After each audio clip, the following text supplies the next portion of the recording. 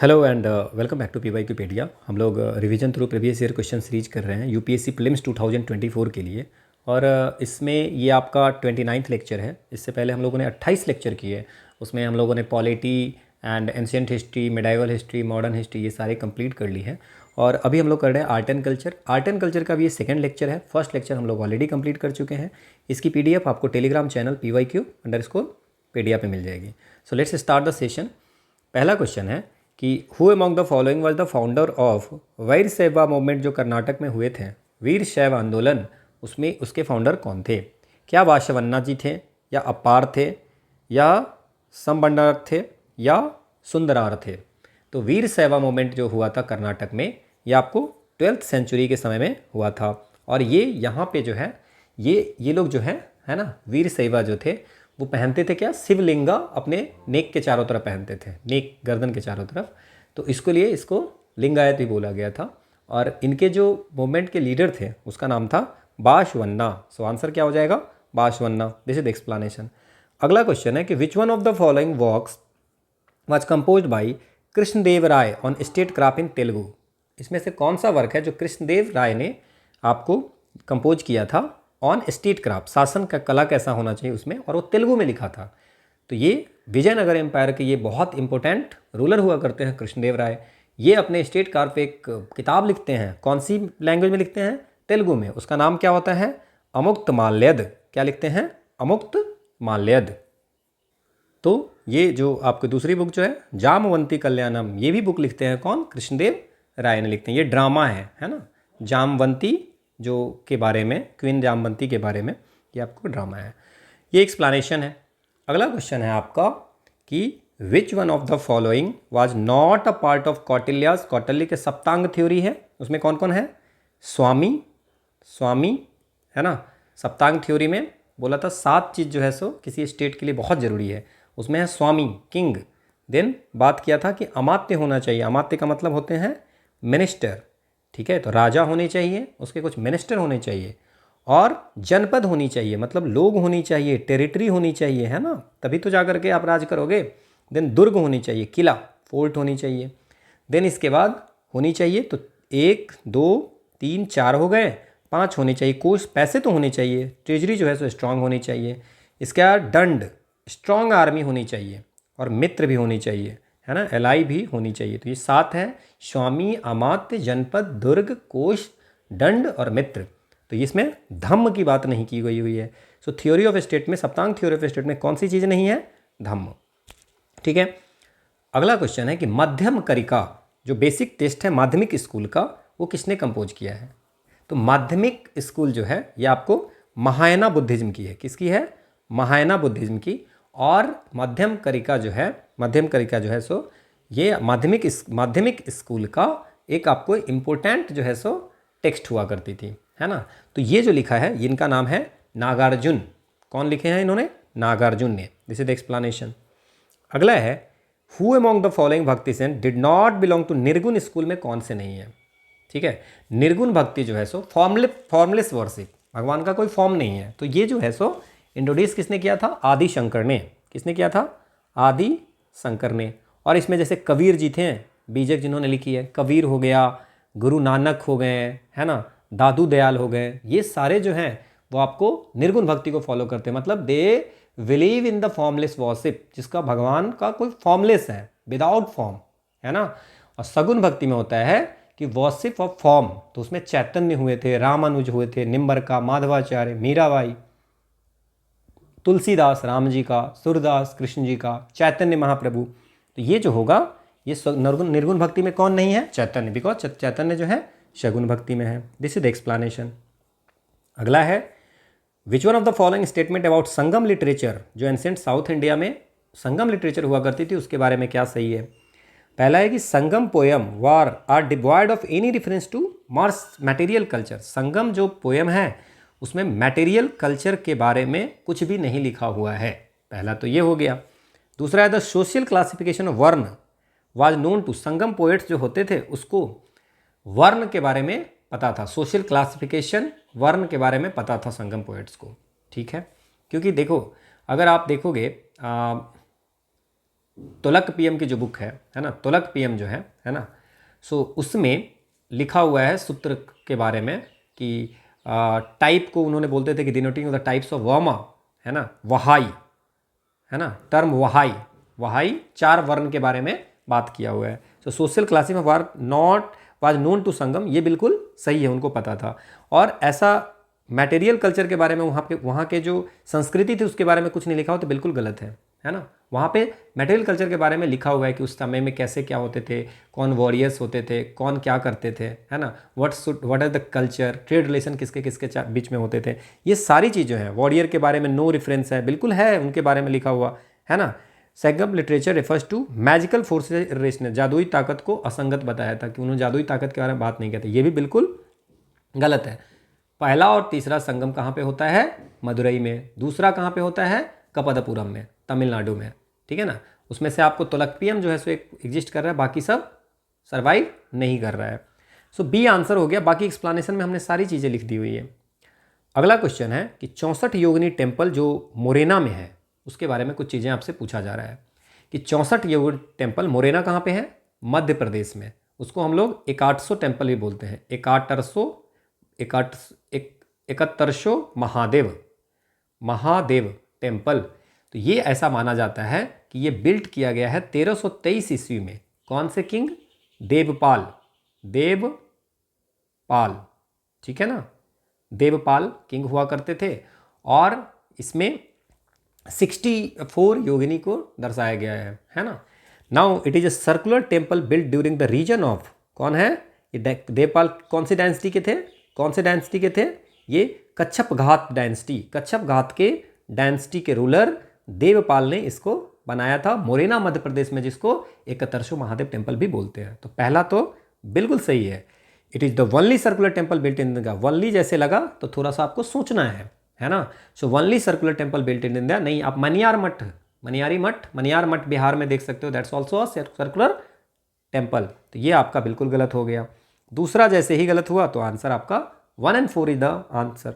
अब it was meant to promote the Vaishnava cult, नहीं Shaiva cult की बात कर रहे हैं, जो शक्ति कल्ट की, नॉट अ वैष्णव। तो ये तो बिल्कुल गलत हो गया। 64 योगिनी टेम्पल नाम से ही है, योगिनी है ना, शक्ति कल्ट में हो गया। सो तीसरा हो गया गलत। Its design has been given rise to a popular belief that it was the inspiration behind the Indian parliamentary को जो बिल्डिंग बनी हुई है, ऐसा माना जाता है कि इंडियन पार्लियामेंट की जो बिल्डिंग है वो इसी को देख करके बनाया गया है, इसी से इंस्पायर होकर बनाया गया है। तो 1 and 4 इज राइट, 2 and 4 ही गलत। आप इसकी इमेज देखोगे तो ये इंडियन पार्लियामेंट की इमेज के जैसा लग रहा है। अगला है कि with reference to the history of ancient India, Bhavabhuti, Hastimalla and Kshemeshvara, ये किस चीज़ के फेमस थे? क्या ये भावभूति, हस्तिमल्ला, क्षेमेश्वर जैन मॉन्क थे, या नाटककार थे, या मंदिर वास्तुकार थे, या फिलोसफर थे? अगर आप इसमें थोड़ा सा याद होगा तो ये आपको जो हस्तिमल्ला हुआ करते थे, जैन पोएट होते थे सोलंकी रूलर्स के समय में, है ना। और महिपाल ऑफ कन्नौज के समय में ये होते थे क्षेमेश्वर। भावभूति जो है ये भी आपको पोएट हुआ करते थे 8th सेंचुरी में, है ना। सो ये सब जितने भी थे ये सब जैन मॉन्क नहीं थे, प्लेराइट्स थे। प्लेराइट्स मतलब नाटककार हुआ करते, ड्रामेटिस्ट हुआ करते थे, ठीक है। अगला क्वेश्चन है कि which one among the following is correct. अब इसमें पूछा है कि Ajanta caves lie in the gorge of Waghora river के किनारे अजंता केव्स है, बिल्कुल सही है। Sanchi river lies in the gorge of Chambal river, नहीं। Pandulena caves rains live in the gorge of Narmada river, गलत। Amaravati stupa lies in the gorge of Godavari river. तो नाउ सही क्या है इसमें? अब अगर तो सांची स्तूप जो है इसमें कौन सी है सही? सांची स्तूप जो है वो अराउंड, अगर आप सबसे नियरेस्ट की बात करोगे तो सांची स्टेप के जो सांची स्तूप है उसके सबसे नियरेस्ट जो है वो बेतवा रिवर है, ना कि चंबल है, ठीक है ना, बेतवा है। देन अगर पांडुलेना या पांडवलेनी केव्स की अगर बात करेंगे, है ना, तो ये 24 रॉक कट केव्स का ग्रुप है। तो ये इसकी जो नियरेस्ट रिवर है वो गोदावरी है ना, नियरेस्ट रिवर जो है वो गोदावरी है। और अमरावती स्तूप का जो नियरेस्ट रिवर है वो है कृष्णा, ठीक है ना। सो अजंता का जो है सो वाघोरा रिवर के किनारे है, आप अगर देख सकते हो, इट्स अ वाघोरा रिवर। अगला क्वेश्चन है कि which one of the following text of ancient India allows divorce to a wife deserted by her husband. अगर मान लीजिए कि अगर पति के द्वारा परित्यक्त कर दिया गया है पत्नी, तो उसको तलाक की अनुमति कौन सी आपको एंशिएंट टेक्स्ट देती थी? क्या वो कामसूत्र थी? क्या मानव धर्मशास्त्र हुआ करती थी, या क्या शुक्र नीति सार में ये लिखी हुई थी, या अर्थशास्त्र में ऐसी चीज़ें लिखी हुई थी। तो अर्थशास्त्र जो कौटिल्य लिखा हुआ था, उन्होंने में लिखा हुआ है कि वाइफ को डाइवोर्स हर हस्बैंड, वो हस्बैंड को डाइवोर्स कर सकती है अगर उस हस्बैंड ने वाइफ को छोड़ दिया है। सो इट इज अर्थशास्त्र वैसे तो स्टेट क्राफ्ट के लिए थी मेनली, है ना, एंड इकोनॉमिक पॉलिसी थी, बट उसमें यह भी लिखा हुआ था कि अगर वाइफ डाइवोर्स दे सकती है हस्बैंड को, अगर हस्बैंड ने वाइफ को परित्यक्त कर दिया, छोड़ दिया है। ठीक है ना, क्लियर। मैरिज और डाइवोर्स पे इस पे बात की है, तो ये आंसर तो अर्थशास्त्र हो गया। हम कामसूत्र किसने लिखा है, वात्स्यायन ने, है ना। लव, इंटीमेसी एंड प्लेजर के बारे में इसमें है। देन मनुस्मृति, मानव धर्म संहिता जो है ये आपको मनुस्मृति है ना। देन शुक्र नीतिसार जो है, जो इथिकल रूल्स एंड जो ड्यूटी ऑफ द किंग की क्या होनी चाहिए, गवर्नेंस पे कैसे फोकस करनी चाहिए, ये आपका इथिकल रूल्स और कोड्स जो है सो उसको बोलते हैं शुक्र नीतिसार। ठीक है, दिस इज द एक्सप्लेनेशन। अगला क्वेश्चन है कि with reference to the Indian history consider the following text. नेति प्रकरण, परिशिष्ट पर्वन, अवदान शतक और त्रिशिष्ट लक्षण महापुराण, ये सब जो है सो कौन से जैन टेक्स्ट हैं। तो नेति प्रकरण की अगर बात करें हम लोग, तो ये बुद्धिस्ट स्क्रिप्चर है ना। खुद्दक निकाय जो थेरावेदा बुद्धिज्म है उसमें इंक्लूड किया हुआ है। सो नेति प्रकरण जो है सो ये बुद्धिज्म की है। ठीक है, और परीक्षित प्रवरण जो है, परिशिष्ट पर्वन जो है, ये आपको हेमचंद्र ने लिखी हुई है संस्कृत महाकाव्य। ये जैन अर्लीस्ट जैन टीचर की हिस्ट्री के बारे में लिखा हुआ है। जो अर्लीस्ट जैन टीचर्स होते हैं उसकी हिस्ट्री के बारे में लिखा हुआ है, उसका नाम है परिशिष्ट पर्वन। तो ये बिल्कुल सही है। देन अवदान शतक, ठीक है ना, इसमें 100 शतक मतलब 100 बुद्धिस्ट लेजेंड्स के बारे में लिखा हुआ है। ठीक है, सो ये भी बुद्धिज्म में हो गई। तो नेति प्रकरण और अवदान शतक बुद्धिज्म में हो गई, और बाकी ये दोनों जो है त्रिशिष्ट लक्षण महापुराण, ये आपको किसने लिखा है, जो इसमें कंपोज किया है आचार्य जिनसेन, राष्ट्रकूट के समय में ये आपको लिखा है। सो ये जैन के लिए है। तो परिशिष्ट पर्वन और त्रिशिष्ट लक्षण महापुराण ये दोनों जैन का हो गया, और बाकी जो हो गए वो आपको बुद्ध की हो गई। This is the explanation. अगला क्वेश्चन है आपका कि with reference to the Indian history of art and culture, कुछ फेमस स्कल्पचर है और कुछ साइट है। तो इसमें बोल रहा है कि a grand image of Buddha Mahaparinirvana with numerous celestial magician above and the sorrowful figures of his follower below. बोला कि एक इमेज है ना, बुद्ध के महापरिनिर्वाण की। सो बुद्ध के महापरिनिर्वाण की इमेज है, वो कहाँ पे है? तो बिल्कुल ये आपको अजंता के केव नंबर 26 में बुद्ध का आपको सोए हुए एक इमेज है। मैं आपको इमेज दिखा दूंगा। सो बिल्कुल सही है। महानिर्वाण फेज में दूसरा क्या है, ह्यूज इमेज ऑफ वाराह अवतार, है ना। वाराह अवतार विष्णु जी के जो थे वो आपको है। As he rescue goddess earth from the deep and chaotic waters sculpted on rocks. और वो वाराह अवतार में वो बचाते हैं किसको? पृथ्वी को। ठीक है, पृथ्वी को बचाते हैं। तो ये माउंट आबू में है, ये बोला जा रहा है। ठीक है ना, ये आपको बारह अवतार जो है, हाँ बारह अवतार जो है ये आपको उदयगिरी केव्स में है। उदयगिरी केव्स में है। ये विदिशा में है, मध्य प्रदेश में। ठीक है, तो ये दूसरा गलत हो गया। और arjuna penance descent of Ganga, ये आपको मम्मलपुरम में है। अर्जुना पिनेंस है ना, या डिसेंट ऑफ गंगा इसको बोलते हैं। ये बिल्कुल 1 और 3 इज द राइट। अगर आप डायग्राम देखें तो समझ में आ जाएगा। ये arjuna penance descent of Ganga, ये अजंता केव 26, और ये वाराह अवतार। ठीक है, अगला क्वेश्चन है with reference to the history of Indian rock cut architecture. बोला है इसमें कि the caves of Badami are the oldest surviving rock cut caves. Badami caves जो है सबसे पुरानी है, ये आपसे बोला है ना। ये बादामी नहीं है, सबसे पुराना जो है वो बाराबर केव्स है। ठीक है ना, आजीबक के लिए बनाई गई है ना। और the Barabar rock cut caves were originally made for Ajivika. ठीक है, बिल्कुल सही है। बाय इंपेरर चंद्रगुप्त मौर्य, नहीं, इनके चंद्रगुप्त मौर्य का ग्रैंड सन जो थे अशोक जी थे, उन्होंने बनाया था 3rd सेंचुरी में। तो ये गलत हो गया। At Ellora caves were made for different faith. Ellora में डिफरेंट फेथ्स के लिए केव बनाई गई थी। तो ये बिल्कुल सही है। इसमें हिंदुइज्म, बौद्धिज्म और जैनिज्म तीनों फेथ के लिए बनाई गई। So 3 only is the right answer. 1 and 2 is the wrong answer. अगला क्वेश्चन है the famous dialogue between Nachiketa, Yama और नचिकेत के बीच में जो फेमस डायलॉग है वो कौन से उपनिषद में है? तो ये है कठोपनिषद, जिसमें नचिकेत और यमराज, यमराज कौन है? गॉड ऑफ डेथ, है ना। तो उनके बीच में जो संवाद है वो कौन से उपनिषद में है? तो it's a Kathopanishad. This is the explanation. अगला है कि जो नेशनल मोटो ऑफ इंडिया है सत्यमेव जयते, ये इम्बेलम ऑफ इंडिया पे लिखा हुआ है, वो कौन से उपनिषद से ली गई है? बहुत इंपॉर्टेंट क्वेश्चन है। तो पहला चीज़ जो याद रखेंगे कि सत्यमेव जयते जो है सो मुंडक उपनिषद से ली गई है, जिनका मतलब है ट्रूथ एलोन ट्रायम्फ। और ये जो है सो कौन सी स्क्रिप्ट में लिखी है, ये अगर पूछेगा तो क्या बोलेंगे? देवनागरी स्क्रिप्ट। देवनागरी इस पूछा हुआ है, Devanagari script. The motto Satyameva Jayate truth alone triumph is written in which one of the following script? It's a Devanagari. ठीक है। अगला है according to the ancient Indian cosmogonic ideas the sequential order of the cycle of 4 aeon, 4 yuga कौन कौन है ना। तो 4 युग कौन कौन है ये आपसे पूछा जा रहा है। तो क्या बोलेंगे? अब जो है देखिए, हर युग जो है वो 43,20,000 ईयर्स पे चलता है ना। 4 युग कौन है? सतयुग, देन त्रेता युग, सतयुग, त्रेता युग, द्वापर युग एंड कलयुग। सतयुग, त्रेता युग, द्वापर युग, कलयुग। सतयुग को कृतयुग भी बोलते हैं, है ना। तो अभी चल रहा है कलयुग। ठीक है।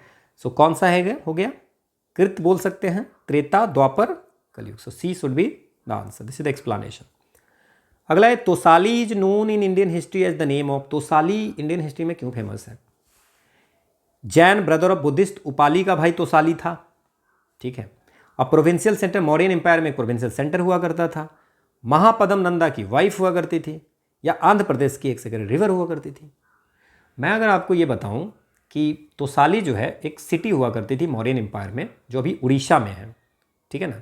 सो ये होता था। और जो तोसाली सिटी थी वो एक रिवर है ना, महानदी के पास में बसी होती थी, है ना। तो Tosali related with the Mahanadi river. ठीक है ना। और मौर्यन के समय में ये बहुत बड़ा एडमिनिस्ट्रेटिव एंड कॉमर्शियल सेंटर हुआ करती थी। तो ये आपको प्रोविंशियल सेंटर इन मौर्यन एम्पायर हुआ करती थी। कलिंग किंगडम की ईस्टर्न प्रोविंस की कैपिटल तोसाली होती थी। ठीक है। तो ये आपको समझ में आ गया होगा। अगला है the world second tallest statue and sitting pose of Ramanuja was inaugurated by the prime minister of India at Hyderabad recently. Which one of the following statement correct represents the teaching of Ramanuja? अभी मतलब हाल फिलहाल में जिस समय ये क्वेश्चन आया होगा उस समय किया था। रामानुजाचार्य की जो टॉलेस्ट स्टैचू है वो आपको इनॉग्रेट की है प्राइम मिनिस्टर हैदराबाद में। तो उनकी टीचिंग के बारे में है तो वो तो देख लें। 216 फीट की आपको बनाई है statue of equality. Statue of equality world की सेकेंड टॉलेस्ट स्टैचू है, सिटिंग पर बैठ के। ठीक है ना। और ये बना हुआ है 5 लोहा से। 5 लोहा मतलब क्या हो गया? 5 मेटल्स के कंपोजिशन। उसमें कौन कौन सी है? Gold, silver, copper, brass, zinc.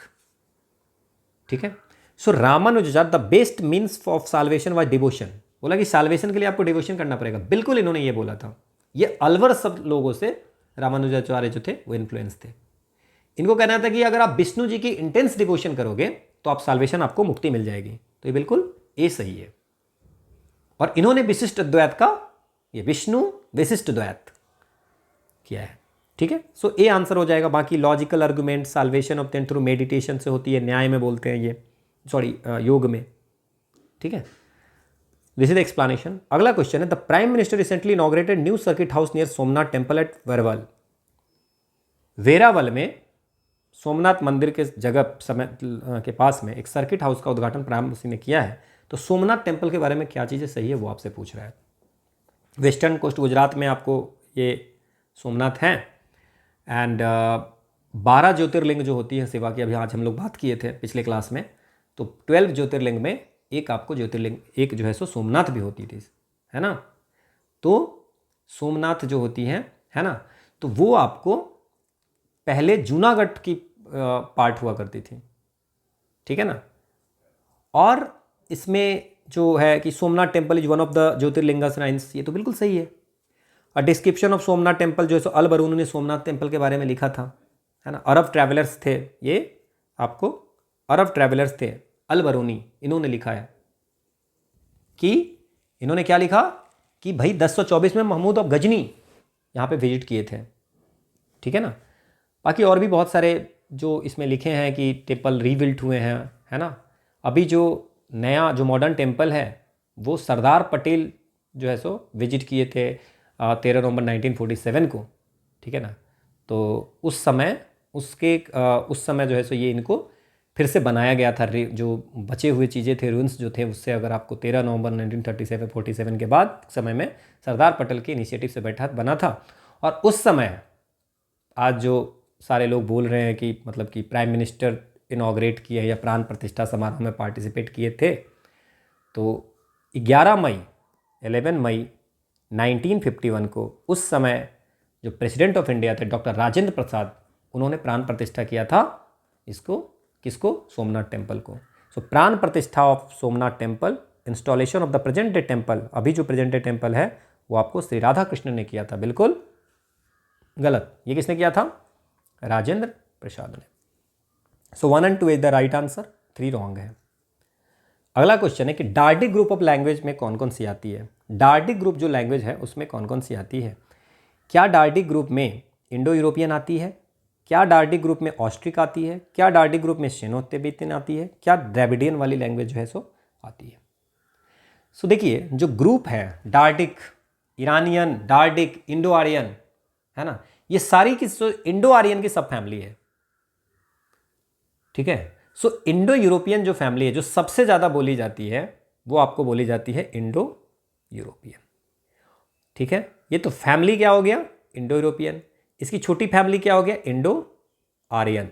और इसकी ब्रांच में ग्रुप में क्या हो गया, ईरानियन, डार्डिक, इंडो आर्यन। समझ में आ गया। ईरानियन जो आउटसाइड इंडिया है, डार्डिक जो जम्मू एंड कश्मीर में है, इंडो आर्यन जो जम्मू कश्मीर में है, पंजाब, हिमाचल प्रदेश, उत्तर प्रदेश, सब जगह है। सो आंसर अगर बोलेंगे तो Indo European should be the answer. इसके बाद जो ऑस्ट्रिक है, ये ऑस्ट्रिक भी एक फैमिली है, इंडो यूरोपियन, ये चारों फैमिली है आपको, ऑस्ट्रिक, द्रविडियन, सिनो तिब्बतियन और इंडो यूरोपियन। सबसे ज़्यादा कौन सी लैंग्वेज बोली जाती है, इंडो यूरोपियन, 73% के आसपास में। उसके बाद कौन बोले जाते हैं, द्रविडियन, 20% के आसपास में। उसके बाद कौन सा बोले जाते हैं, ऑस्ट्रिक, 1.38% के आसपास में। देन 0.85% के बाद। ये भी आप याद रखिए कौन कितना बोलते हैं। अब इसके जो ब्रांच ग्रुप है ना वो भी आप याद रखिएगा। जैसे मैं आपको दिखाता हूँ, ऑस्ट्रिक की 2 सब फैमिली है, ऑस्ट्रो एशियाटिक और ऑस्ट्रोनेशियन। तो ये तो ऑस्ट्रो लगा देगा तो आप समझ जाओगे ऑस्ट्रिक। बट पूछता पता है क्या पूछता है कि इसके जो ग्रुप है मॉन खमेर कहाँ कहाँ बोली जाती है, तो मेघालय, निकोबार आइलैंड। मुंडा कहाँ कहाँ बोली जाती है, वेस्ट बंगाल, बिहार, उड़ीसा, असम, मध्य प्रदेश, महाराष्ट्र। देन आपको द्रविडियन में south Dravidian, central Dravidian, north में नहीं पूछेंगे, ठीक है ना, क्योंकि ये इस पर आप आराम से बता दोगे। साउथ द्रविडियन में तमिलनाडु, कर्नाटक आएगा, सेंट्रल में महाराष्ट्र आएगा, नॉर्थ में बिहार आएगा। देन आपसे पूछेगा कि तिब्बतू म्यांमारी है और सियामीज चाइनीज है सिनो तिब्बतन में, तो ये कहाँ पे बोला जाता है।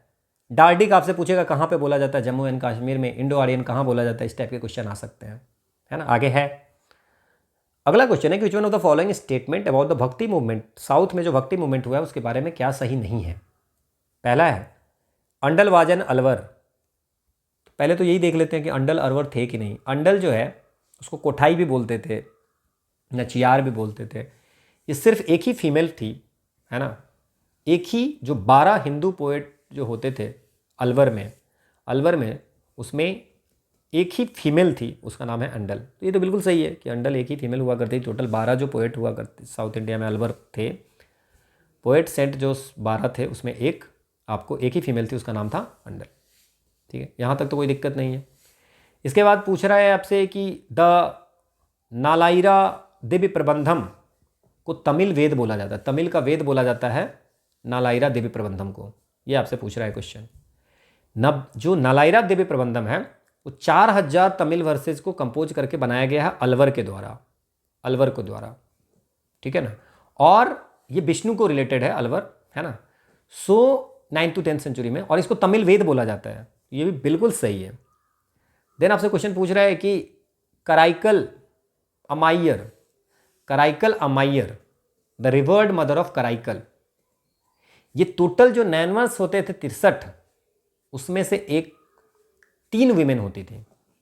देखो अलवर में एक ही विमेन थी, उसका नाम है अंडल।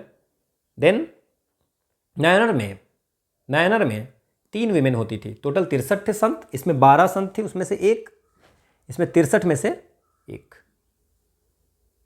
ठीक है, clear. So devotee of Vishnu नहीं थे, ये शिव की डिवोटी थी, शिव की डिवोटी, क्योंकि नैनर हो गए तो शिव की डिवोटी हो गई। तो ये गलत आपका पूछ रहा है, सो सी आंसर हो जाएगा। Metal image of the saint Appar and Sundarar were made and then consecrated in Shiva temple. संत अपार और संत सुंदर की धात्विक प्रतिकृतियां बनाई गई थी और एक शिव मंदिर में प्रतिष्ठित की गई थी।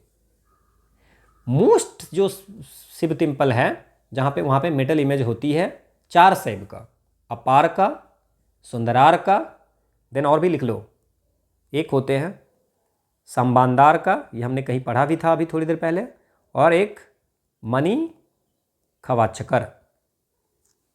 समझ में आ गया? तो ये आपको ध्यान रखना है, ठीक है। ये एक्सप्लेनेशन में सारी दी हुई है। अगला क्वेश्चन है कि कृतार्जुनिया के ऑथर कौन है? क्या माघ थे, क्या वारवी है, क्या वाश है, क्या भाभूति है? भाभूति हस्तिमाला पे क्वेश्चन हमने किया था। सो कृतार्जुनिया जो है एक एपिक पोएम है, वैरवी ने लिखा है, किसमें? संस्कृत में, 6th सेंचुरी के आसपास में, ठीक है। ये अर्जुन और शिव के बीच में कॉम्बैट के बारे में डिस्क्राइब किया हुआ है, कृतार्जुनिया, ठीक है। अगला है कि which one of the following is the correct description of Kandariya Mahadev का करेक्ट डिस्क्रिप्शन कौन है? क्या ये कंदरिया महादेव टेम्पल जो है, क्या वो शिव टेम्पल है एलिफेंटा में, या भट्टी के द्वारा जो काम किया गया उसके टाइटल है, या चंडेला किंग का टाइटल होता था कंदरुआ महादेव?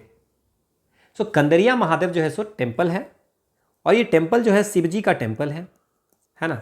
ये आपको धांगदेव जो थे चंडेल डायनेस्टी के जो धांगदेव थे, उन्होंने इसको बनाया था अराउंड 1000 CE में। और ये आपको खजुराहो मध्य प्रदेश में है। So temple at Khajuraho we can say, Shiva temple at Khajuraho, Elephanta में नहीं। लिंगायत के बारे में कुछ चीज़ें पूछा है आपसे कि लिंगायत जो है सो अपने जो मृतक होते हैं उनको मिट्टी में गाड़ते हैं, तो ये बिल्कुल सही है ना। लिंगायत का मतलब होता है जो पर्सनल लिंगा को पहनते हैं, गॉड शिवा का जो आइकॉनिक फॉर्म है ना, ठीक है ना, एक शेरोमनी होती है उसमें वो पहनते हैं, ठीक है ना। और बाशवेश्वर जो बाशवन्ना हमने बात किया है, उन्होंने स्टार्ट किया था लिंगायत, ठीक है ना। और इनको पुनर्जन्म वगैरह पे विश्वास नहीं है, ये सिर्फ लिंग का पूजा करता है जो शिव का ये है। They are great believers in the caste system, especially in the theory purity in population.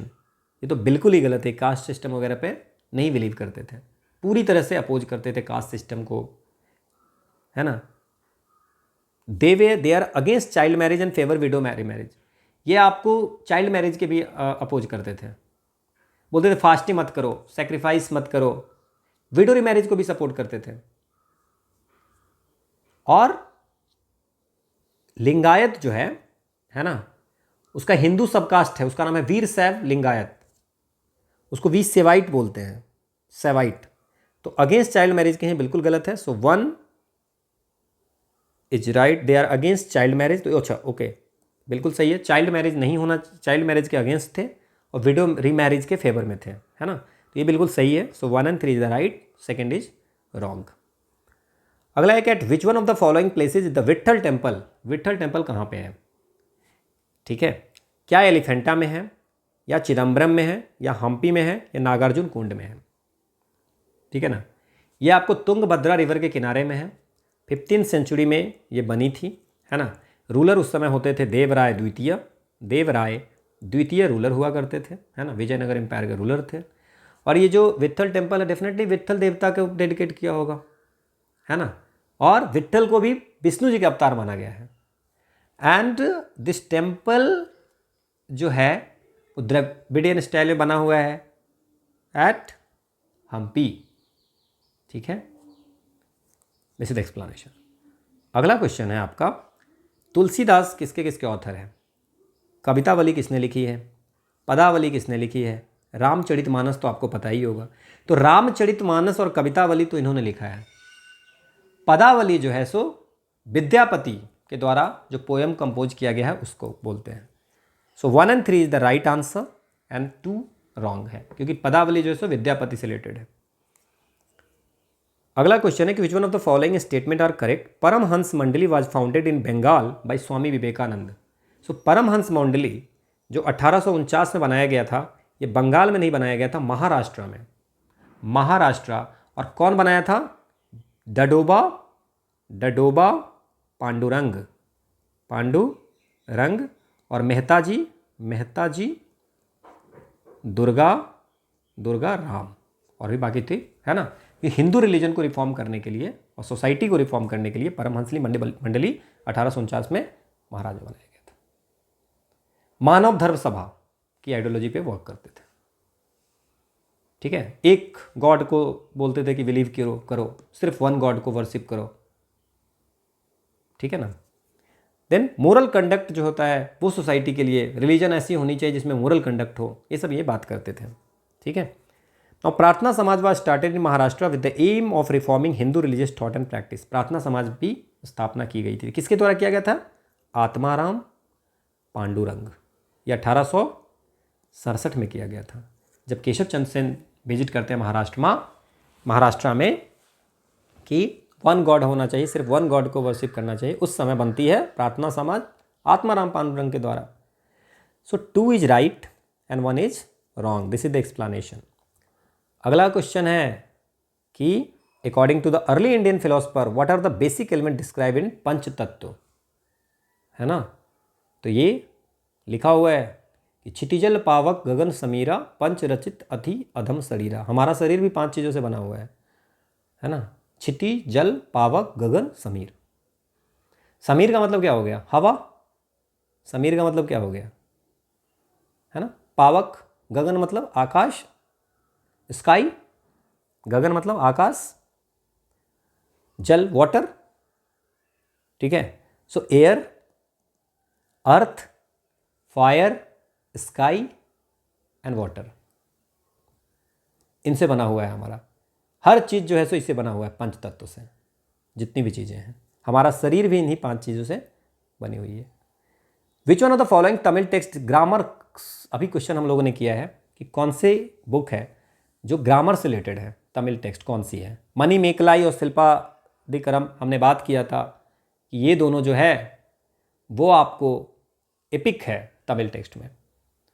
और मैंने फिर आपको ये भी बता देता हूँ कि जो मनी मेकलाई है वो लिखा है किसने? शीतलई सत्तनर, ठीक है। और इलांगो अडिगल ने शिल्पादिक्रम लिखा है, इलांगो अडिगल। तुलक पियम, यह आपने बात किया है, तुलक पियम जो है ये तुलक पियार ने लिखी है और ये आपको ग्रामर है, ठीक है। और एत्तु तोगई में मैंने बोला था कि इसमें 8 वर्क्स हैं। 8 वर्क में एक ये भी है पदिरुपत्तु, ठीक है। ये आपको शिल्पादिक्रम जो है, जो मैंने बता दिया किसने लिखा है? इलांगो अडिगल ने। ये आपको स्टोरी ऑफ कोबलन और कन्नगी, कोबलन और कन्नगी की स्टोरी ये आपको शिल्पादिक्रम में है। मनी मेकलाई में क्या है? ये आपको शिल्पादिक्रम का सिक्वल है, ठीक है। मनी मेकलाई जो है वो आपको, मनी मेकलाई जो है ये daughter of Kovalan, born to Madhavi से जन्म ली हुई डॉक्टर है, कोबलन की डॉक्टर है, यह है मनी मेकलाई। इसके बारे में पूरी चीज़ें लिखी हुई है। ओडिसी इसको बोलते हैं, जो मनी मेकलाई है उसको बोलते हैं ओडिसी ऑफ तमिल लिटरेचर। आपसे कभी पूछेगा कि ओडिसी ऑफ तमिल लिटरेचर किसको बोलते हैं, तो आप बोल दोगे मनी मेकलाई को। और इलियाद ऑफ तमिल लिटरेचर अगर बोलेगा तो शिल्पादिक्रम को। तुलक पियम हमने बता ही दिया, पदिरुपत्तु बता ही दिया कि इट्टोडगे में जो 8 वर्क है ना, उसमें एक वर्क है पदिरुपत्तु। मतलब 10 साल जो चेरा किंग्स के थे उसके बारे में बात की हुई है। बाकी एक्सप्लेनेशन में आपको सारी चीज़ें लिखी हुई है। अगला है कि who among the following did not contribute to the preservation of documentation of the ancient site of Sanchi in Madhya Pradesh. Sanchi में जो चीज़ें हैं उसमें उसकी जो डॉक्यूमेंटेशन है या उसकी प्रिजर्वेशन है, जो सांची स्तूपा है, सांची को प्रिजर्व करने में कौन ऐसा है जो साथ कंट्रीब्यूट नहीं किया था? क्या शाहजहां बेगम ने साथ नहीं दिया था? क्या जॉन मार्शल ने नहीं दिया था? क्या सुल्तान जहां बेगम ने नहीं दिया था? क्या जेएम कैन्योर ने नहीं दिया था? देखो, अगर जेएम कैन्योर आप पता होगा आपको, सो ये आर्कियोलॉजिकल रिसर्च और एग्जीबिशन करते थे मोहनजोदारो एंड हड़प्पा में। हड़प्पा का जो वहाँ पे एक्सप्लोरेशन वगैरह करते थे मोहनजोदारो हड़प्पा में, है ना। हाँ, जो पाकिस्तान में साइट है, और भी जगह पे वर्क किया है, बट उसके लिए फेमस थे। तो ये जो है सो ऐसा कुछ भी सांची के लिए नहीं किया है, बट सांची के लिए जो वर्क किया है वो बाकी तीनों किए हैं। शाहजहां बेगम भी किए हैं, जॉन मार्शल भी किए और सुल्तान जहान बेगम भी किया है।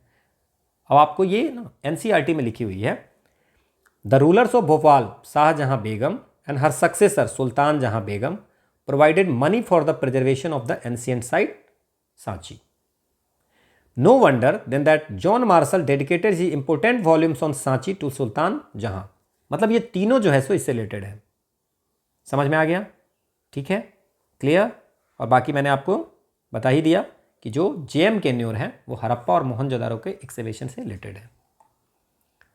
अगला है कि which one of the following was not अ शैव तांत्रिक सेक्ट, कौन से नहीं है। जैसे मान लीजिए, देखिए इसमें है कापलिक, अभी हम थोड़ी देर पहले पढ़े हैं। अगर आपको ये प्रीवियस ईयर करते हैं तो क्वेश्चन सॉल्व हो जाती है। जैसे कापालिक के बारे में बात किए थे हम थोड़ी देर पहले कि वो तांत्रिक सेक्ट है शैव का, है ना। तो कापलिक है। Then Kalmukh is also a तांत्रिक सेक्ट, है ना, क्लियर। और नाथ जो है, गोरखनाथ वाला जो है, वो भी शिव के तांत्रिक सेक्ट ही है।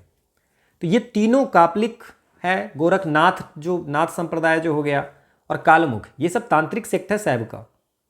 सहजिया कल्ट जो है ये आपको भक्ति मूवमेंट से रिलेटेड था, है ना। ये आपको डिवोशन, किसी पर्सनल गॉड या गॉडेस पे डिवोशन की बात करता था इमोशनल मैनर में। चैतन्य महाप्रभु, इसके फॉलोअर जो है सो ये सहजिया फिलॉसफी को आपको ज़्यादा प्रमोट किया।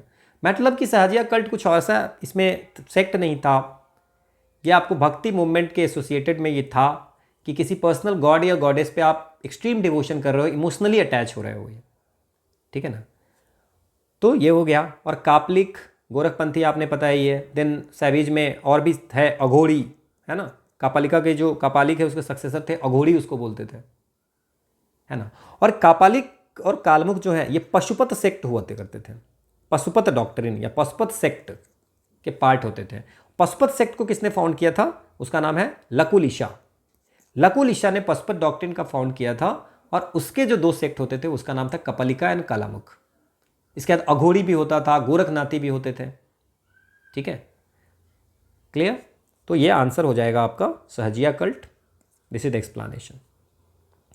नारायण पंडित ने हितोपदेश लिखी है, वो किस चीज़ से रिलेटेड है? मतलब पंचतंत्र से, लीलावती से, या बृहत संहिता से, या पंच सिद्धांतिका की।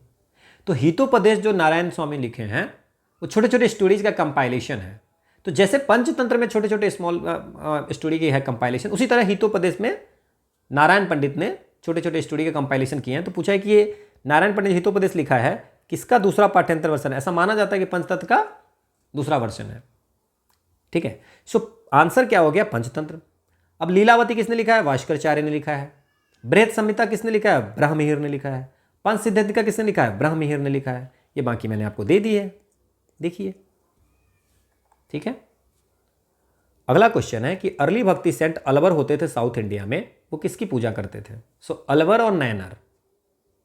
सो अलवर और नैनर जो होते थे, सो अलवर होते थे विष्णु जी के, अलवर होते थे विष्णु जी के, और नैनर जो होते थे वो होते थे शिव जी के, है ना। उसमें मैंने आपको बताया था कि एक ही 12% पोएट है, उसमें अंडल ही एक जो सो फीमेल थी, ये मैंने बात कर ली है। और यहाँ पे 3 होते थे, नैनर में 3 फीमेल होती थी, वो भी हमने बात किया है। ये लॉर्ड शिवा के हैं, लॉर्ड विष्णु के हैं।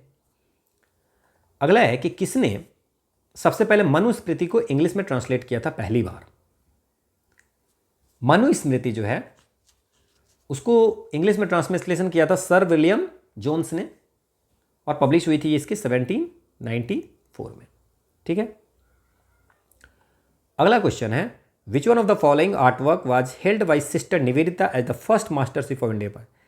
किसने कहा था? सिस्टर निवेदिता ने कौन सी कलाकृति को, कौन सी आर्ट वर्क को कहा था कि इंडियन आर्ट की, भारतीय कला की पहली मास्टरपीस है ये? अभिंद्रनाथ टैगोर के द्वारा जो भारत माता बनाया गया था उसको बोला था, या अर्जुन सुभद्रा राजभवी वर्मा ने बनाया था वो, या सीता इन कैप्टिविटी इन लंका अभिंद्रनाथ टैगोर ने, या सती नंदलाल बोस ने बनाई थी? तो ये है भारत माता जो बनाए थे, भारत माता की इमेज अभिंद्रनाथ टैगोर, उसको सिस्टर निवेदिता ने कहा है कि इंडिया की पहली, इंडियन आर्ट की पहली मास्टरपीस है भारत माता। The king of dance, the king of dance ये किस चीज़ की डिस्क्रिप्शन है? त्रिमूर्ति ऑफ एट एलिफेंटा केव की त्रिमूर्ति का डिस्क्रिप्शन है। कालिया मर्दन कृष्ण की, बोधिसत्व मैत्रेय गांधार की, ब्रोंज नटराज ऑफ चोला की, चोल के कांस्य नटराज की। किंग ऑफ डांस डिस्क्रिप्शन किसका है? ठीक है, तो नटराज जो है डांसिंग फॉर्म ऑफ शिवा है, ठीक है ना, और उसको किंग ऑफ डांस बोलते हैं या लॉर्ड ऑफ डांस, क्योंकि वो कॉस्मिक डांस करते हैं और कॉस्मिक डांस करके पूरे यूनिवर्स को डिस्ट्रॉय करते हैं और फिर ब्रह्मा जी उसको नए यूनिवर्स को बनाते हैं। So it's about the bronze Nataraja of the Chola. ठीक है, अगला क्वेश्चन है सांची स्तूप के बारे में, बहुत बड़ी बड़ी लाइनें दी हुई है। अब देखते हैं हम लोग क्या लिखा हुआ है।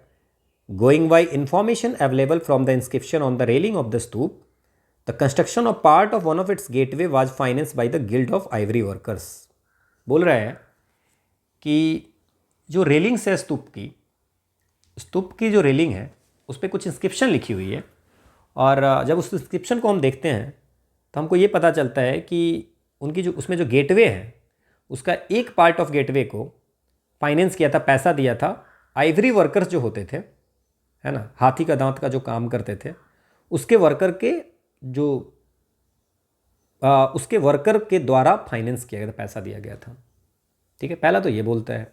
चलो हम लोग इसको देखते हैं। पहले हम लोग गलत एक खोज लेते हैं तो हमारा काम हो जाएगा। तो ये तो पहला लाइन बोला। दूसरा कह रहा है in its original early form this stupa was plain except for the stone railing and the gateway which were richly carved. बोला जब शुरुआत में ये जो है सो शुरुआत के फॉर्म में ये स्तूप का जो है सो एकदम प्लेन हुआ करता था, है ना, accept for the stone railing पे कुछ कुछ क्रेविंग होती थी, गेटवे पे क्रेविंग होती थी, है ना, बाकी वैसे ये प्लेन हुआ करती थी। चलो ये भी ठीक है, आगे बढ़ते हैं, थोड़ा सा देखते हैं। The panels on the 4 gateway contain sculpture only in the front and have no sculpture on the rear side. बोला 4 जो गेटवे हुआ करता था, है ना, उसमें सिर्फ फ्रंट पे स्कल्पचर थे, रियर साइड में कोई स्कल्पचर नहीं हुआ करता था। चलो ये भी देख लेते हैं, आगे बढ़ते हैं। इन 1918 when the stupa was discovered all of its 4 gates were intact but the mound was in poor condition। 1918 में जब स्तूप का डिस्कवर्ड हुआ था तो उसके 4 गेट जो थे एकदम खड़े थे और माउंड जो है सो पुअर कंडीशन में थे। बस यहीं पे आपका काम हो गया, आंसर सॉल्व हो गया। ये 1918 नहीं है, 1818 में। इतना लेट क्यों करेगा, 1918 में क्यों करने जाएगा? 1818 में अगर आप ब्रेन भी लगाते तो इस क्वेश्चन में 4th को गलत कर देते। वैसे एनसीईआरटी में लिखा हुआ है कि 1818 ईस्वी में जब सांची को डिस्कवर्ड किया गया था उस समय 4 में से 3 जो है सो खड़े थे और चौथा जो है सो वहाँ पे गिरा हुआ था, और माउंड जो है गुड कंडीशन में था। माउंड गुड कंडीशन में था और 4 में से 3 जो है इंटैक्ट थे, खड़े थे, और एक जो है सो फॉलन थे। तो चौथा 1818 गलत, 4 में से 3 खड़े थे और एक गिरा हुआ था, और माउंड का कंडीशन बहुत अच्छा था, तो चौथा गलत हुआ। जैसे ही 4th गलत हुआ आपका क्वेश्चन सॉल्व हो गया। ठीक है, बाकी और हम पढ़ते हैं। Art historians have established clear connection between the sculpture of the stupa with events described in the जातक टेल्स। जो आर्ट हिस्टोरियन है ना, वो स्कल्पचर जो स्तूप पे बने हुए हैं, है ना, और जातक टेल में जो घटना दी हुई है उससे पूरी तरह से, है ना, आप रिलेशन देख लिए हैं, रिलेशन स्थापित कर लिए हैं। छठा है कि war scene have also been depicted in this sculpture. उस स्कल्पचर में वॉर सीन भी है, तो ये सारी सही है। 1 2 5 6, 1 2 5 6 सही है। The panel on the 4 gateway contain sculpture only in the front and, Subway sculpture था तो ओनली, ये भी गलत है। सो 3 is also wrong. So 1 2 5 and 6, एक भी अगर आप गलत खोज लेते तो आपका काम हो जाता। आप अगर देखेंगे तो ये लिखी हुई है, the early stupa at Sanchi and Bharhut were plain except for the stone railing which assembled a bamboo or wooden fence and the gateway which were richly carved and installed at the 4 cardinal points। अगला question है, कौन सा match कर रहा है वो पूछ रहा है आपसे कि प्रयाग प्रशस्ति हरिसेन लिखे हैं, कब लिखे हैं? चाइनीज ट्रेवल फाहियान की अकाउंट कब आई है? मुद्राक्षस विशाख दत्त ने कब लिखी है? हर्षचरित जो है सो बाण भट्ट ने। ऐहोल प्रशस्ति अरविकृत ने कब लिखी है? कवि राजमार्ग अमोघ वर्ष ने का है, ये कब का है? ये सब क्वेश्चन पूछा रहा है। अब इसमें प्रॉब्लम यहाँ है कि जैसे सबसे पहले अगर हम बात करते हैं समुद्रगुप्त किस समय में था, है ना, क्योंकि जो प्रयाग प्रशस्ति है, इलाहाबाद प्रशस्ति जो बोलते हैं, वो समुद्रगुप्त के लिए लिखा था, उनके जो कोर्ट पोएट थे हरिसेन ने। तो ये किस समय में थे वो राउंड में आप याद रखेंगे कि समुद्रगुप्त के बारे में लिख रहे थे अराउंड 4th सेंचुरी में, 4th सेंचुरी के आसपास में। तो ये तो बिल्कुल सही है, 4th सेंचुरी में होगा ये ठीक है, ठीक है ना। ऐहोल प्रशस्ति या ऐहोल इंस्क्रिप्शन जो थे, है ना, 19 लाइन की एक संस्कृत इंस्क्रिप्शन थी, है ना, ऐहोल कर्नाटक में, है ना। और ये एक जैन पोएट हुआ करते थे, रविकृति, उन्होंने लिखा था, है ना। एंड ये जो है आपको ऐहोल जो है वो आपको 7th सेंचुरी सी में थी, 634-635 के समय में। ये 345 के समय में था, ये 634-35 के समय में था। सो 1 and 5 is right, 1 and 5 right है, तो वैसे ही डी आंसर हो गया। बाकी और देखते हैं हम लोग, 1 5 तो राइट है, सो 3 भी राइट होगा। मुद्राक्षस जो विशाखा दत्त ने लिखी है ना, वो इसमें आपको आ जाएगा।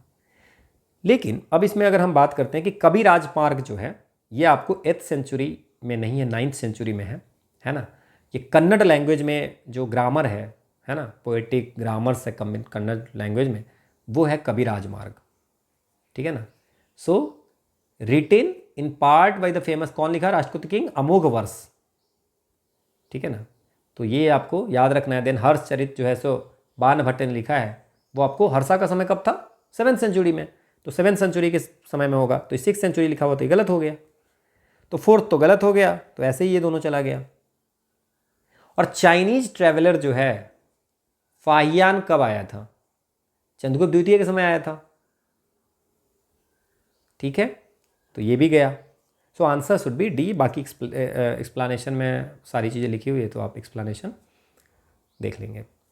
अगला है कि which one of the following animal does not came under the category of 4 noble animal? Maha Ajaneya Pashu capped on the round drum, अंडफलक ऑफ लायन कैपिटल। सारनाथ में लायन कैपिटल है, उसमें 4 नोबल एनिमल है जिसको हम लोग बोलते हैं महाआजनेय पशु। तो ये आप तो याद रखेंगे, है ना। अंडफलक पे ऑन द राउंड ड्रम पे आपको राउंड ड्रम पे 4 पशु है, उसमें से कौन सा नहीं है? लायन है, एलिफेंट भी है, बुल भी है, हॉर्स भी है, डियर नहीं है, एलिफेंट है, ठीक है। और इसको बोलते हैं अंडफलक, इसको बोलते हैं अंडफलक। और ये जो 4 जानवर हैं, 4 जानवर है इस पे, उसको क्या बोलते हैं? महाअजनेय पशु। ये राउंड ड्रम, इसको बोलते हैं अंडफलक। अंडफलक पे 4 पशु हैं। इधर लायन है, सारनाथ लायन कैपिटल में, ठीक है। अगला है कि the ancient India medical treatise of for horses, Ashvashastra, ये किसने लिखा है? अश्वशास्त्र बाघभट्ट लिखा है, सलिहोत्र ने लिखा है, भर्तृहरि ने लिखा है, ब्रह्महिर ने लिखा है। तो सलिहत्र जो है, सलिहत्र, ये अश्व आयुर्वेद शास्त्र के ने बुक लिखी हुई है। सो इट्स अ सेज सलिहोत्र, ठीक है। ये वेटरिनेरियन राइटर हुआ करते थे, सलिहोत्र, इन्होंने लिखा है सलिहोत्र संहिता। और ये बेटा किसके थे? हायघोष के, जिसको ऐसा माना जाता है कि हायघोष जो है वो फाउंडर थे वेटरनरी साइंस के इंडियन ट्रेडिशन में जो थे वो हायघोष थे। तो आंसर समझ गए आपने। अगला क्वेश्चन है कि the celebrated group of poets in medieval Mathura and Vrindavan called the Ashtachhap were the successor of which one of the following medieval Bhakti saint? Ashtachhap कौन हुआ करते थे? देखो, अगर अष्ट मतलब 8 और छाप मतलब कुछ ओरल कमेंट्स वगैरह जो पोएट ऐड करते थे अपने कंपोजिशन के अंत में, छाप उसको बोलते थे। तो 8 पोएट जो होते थे वो डिवोटी ऑफ लॉर्ड कृष्णा का होते थे। वो कौन कौन होते थे जो कीर्तन वगैरह करते थे? उसमें थे सूरदास थे, नानदास, देन हाँ Chitswami, then Krishnadas, then Kumbhandas, then Govind Swami, then Paramanandadas, then Chaturbhujdas. ये 1 2 3 4 5 6 7 8। तो सी कौन कौन सा होगा इसमें? इसमें एक ही है सूरदास, बाकी चैतन्य बंगाल का, गुरु नानक पंजाब का, ये सब। मथुरा में अगर बात करो, मथुरा वृंदावन में, तो कबीर कहाँ से आ जाएगा? बनारस का, बंगाल का, ब्रज रीजन का Surdas is the answer. This is the explanation. अगला क्वेश्चन है कि आपको अरेंज करनी है कि कौन किताब कब लिखी गई थी। तो पहला है बृहत संहिता जो ब्रह्महीर ने लिखा है, सुश्रुत संहिता सुश्रुत ने लिखा, अष्टाध्यायी जो है पाणिनि ने लिखा है, नाट्य शास्त्र भारत ने लिखा है। अब आपको ये सजाने हैं, तो ये तो आपको इट्स नॉट ईजी वन, है ना। तो हम इसको कैसे कर सकते हैं?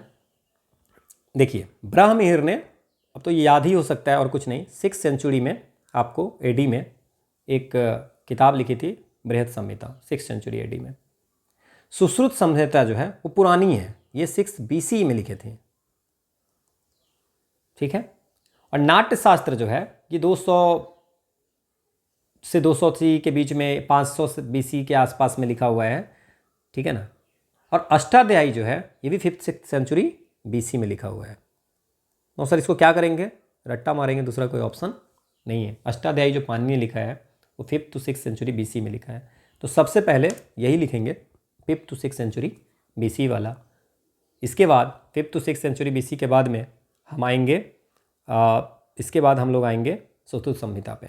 सुश्रुत संहिता हमको 6th सेंचुरी BC में था, तो पहले तो लिख देंगे ये, देन सुश्रुत संहिता, देन आपको नाट्य, और फिर तो एडी में बृहत संहिता, तो ब्रह्महीर तो बाद में आया था। So answer 3214, we have to remember this.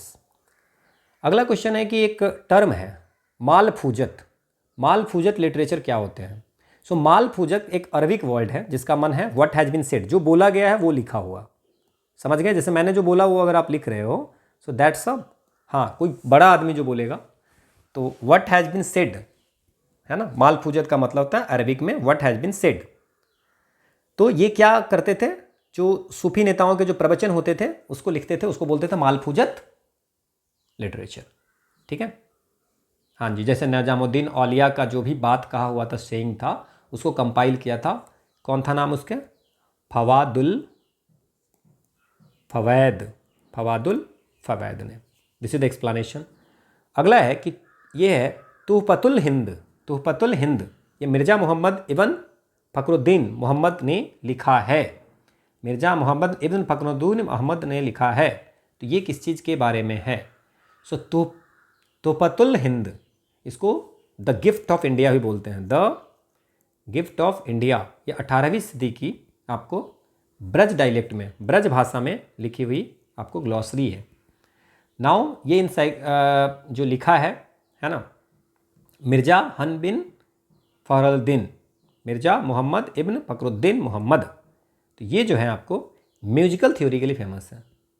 ये आपको मुग़ल एम्पायर औरंगजेब के कोर्ट में रहते थे, और हिंदू जो ब्रज डायलेक्ट में जो सॉन्ग वगैरह, म्यूजिक वगैरह है, उसके बारे में ये आपको लिखा हुआ है, तुहफतुल हिंद, ठीक है। This is the explanation. Okay, this is all about the today's class. This is the quote of the day, that hard work beats talent when talent doesn't work hard. मतलब आपके पास बहुत ज़्यादा टैलेंट होगा बट आप मेहनत ही नहीं करोगे, और आपके पास कम टैलेंट है और आप मेहनत बहुत ज़्यादा कर रहे हो, तो आप सक्सेसफुल हो जाएंगे। लेकिन आपके पास बहुत टैलेंट है और मेहनत नहीं करोगे तो आप सक्सेसफुल नहीं होगे। Thank you all for watching. This is the Telegram channel जहाँ से आपको PDF मिल जाएगी। Will meet in the next class. Thank you.